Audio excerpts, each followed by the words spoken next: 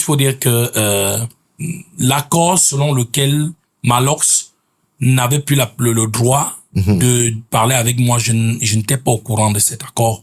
Je n'ai été au courant de cet accord qu'au moment où il y avait déjà des confusions, lorsqu'il y avait déjà quelques soucis, quelques difficultés au niveau de mon équipe. C'est là où j'ai été informé de ce que il y a des accords qui stipulent que Malox n'a pas le droit de me contacter, de m'approcher directement sans passer par l'équipe, par l'équipe. Ça, moi, j'étais pas au courant.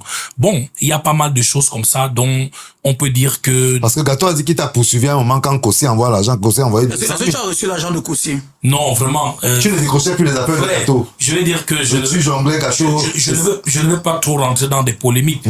Je crois que mon frère Gato, il sait que j'ai été très bon avec lui pour ne pas l'attraper, pour qu'il me remette les 200 000. Ça veut dire que l'argent de Kossi est dans les poches de Gato. Moi, je veux pas, des problèmes. C'est aussi son pourcentage là. J'ai laissé les 200 000 pour que Gato aussi. Son pourcentage. Vu que vous l'avez nettoyé dans l'affaire. Cette affaire, donc.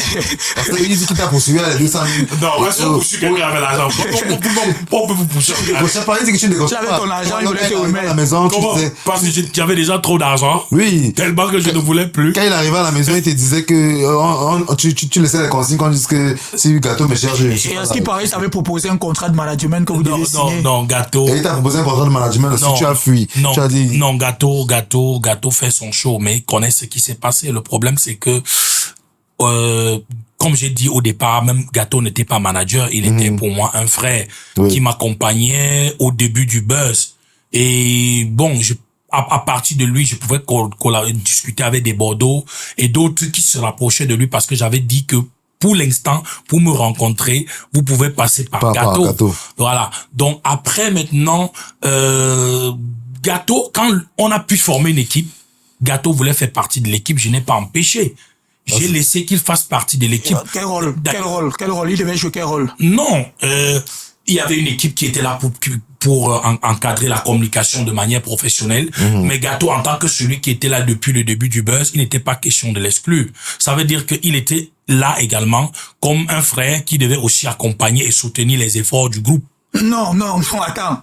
S'il fallait donner un contrat à Gato, vous devez écrire quoi dans son contrat? Non. Supporter. En plus, Gato aussi, c'est un artiste dedans. Il devait jouer quel rôle? Non, Gato ne devait pas perdre. Gato devait de toutes les manières, Gato ne devait pas perdre parce que il était question qu'on voie comment on peut aussi, quand les choses vont marcher, c'est-à-dire que, soutenir Gato. Mais il est clair que depuis le début, j'avais dit à Gato qu'il faut des personnes qui peuvent encadrer de manière professionnelle sur le plan de la communication le projet. Et il le savait très bien. Déjà, lui, Gato le savait.